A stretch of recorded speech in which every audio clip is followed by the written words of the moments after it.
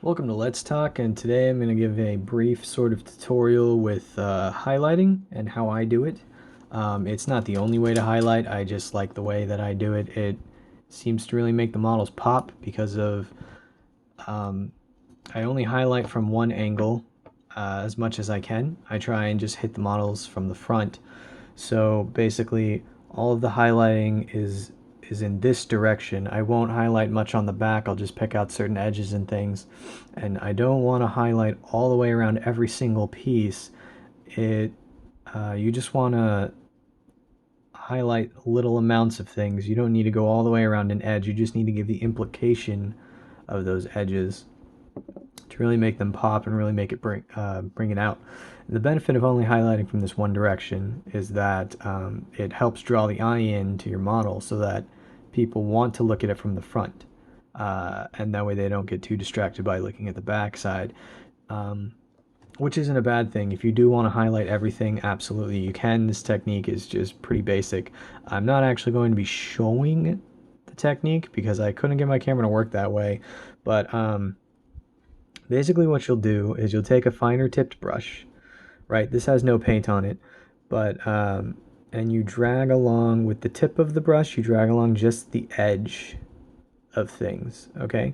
Just like this, very lightly, and that'll help bring it up, bring out the edges and make everything pop. So I always use the 5.0 fine tip Reaper brush for my highlighting, unless I'm doing something larger like a tank, in which case I'll use a larger brush. Usually the Reaper Zero size works good, or a 1 or a 2. So the benefits of highlighting, I'll show you some examples right here, and we'll do a side by side. So this on the left we have no highlighting, and this on the right we do have highlighting, and you can see all those edges really pick out, they really pop. And if we turn around to the back side here, there is some highlighting, but if you look at it, for example, around the backpack, it's all coming just from this direction. So that really helps it pop, and as we turn the model, it carries the eye through and makes people want to keep turning, and they come back to the front side of the model again. And I'm going directly in with all the highlighting, hit all the knuckles and everything, and I'm just hitting along the top edges of things to help pop it out, if that makes any sense at all.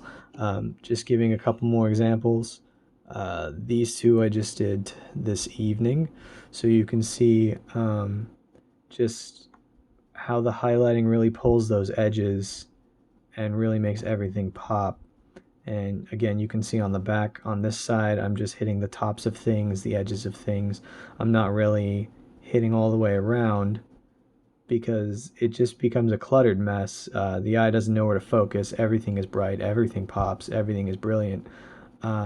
So I find that this subtler way of doing it, by just hitting from one direction, like you can see in particular on the chest, I've highlighted the left, and on the right sides there's no highlight. So it really helps pull the eye forward to the front of the model. It takes a lot of practice. It does take some patience. The key to it is use a thicker paint. Don't water your paint down too much. Keep your brush damp but not wet. You really don't want to mix your paints to thin them out too much, because then it'll run off of the edges and it'll pool into the crevices, and then you'll have bright crevices. Now, if you're trying to go for that kind of effect, then that's a good way to do it. But for me, when I do my highlighting, I don't want bright crevices at all. So just another side by side, you can see things of the same height, and just the difference it really pulls in. I mean, immediately the eye is just drawn straight to the two on the right, without me even pointing it out. So you can really see the nice highlighting and the difference it really makes, and how things like glowing on the lenses really pulls things in and really completes the look of your models, and help make them pop and make everything look just more entertaining, more enjoyable.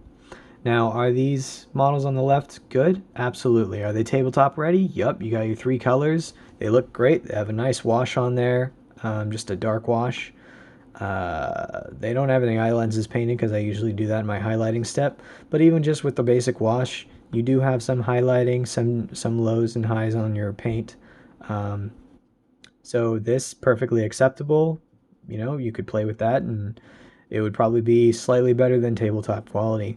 But if you really want to take it to the next edge and just hit a little bit better, the highlighting is the way to go. It takes a lot of time, it takes a lot of practice. I've been painting for over 20 years and I've just gotten to this level recently. So yeah, that is how I do my highlighting. Any questions, leave them in the comments. Have a good one.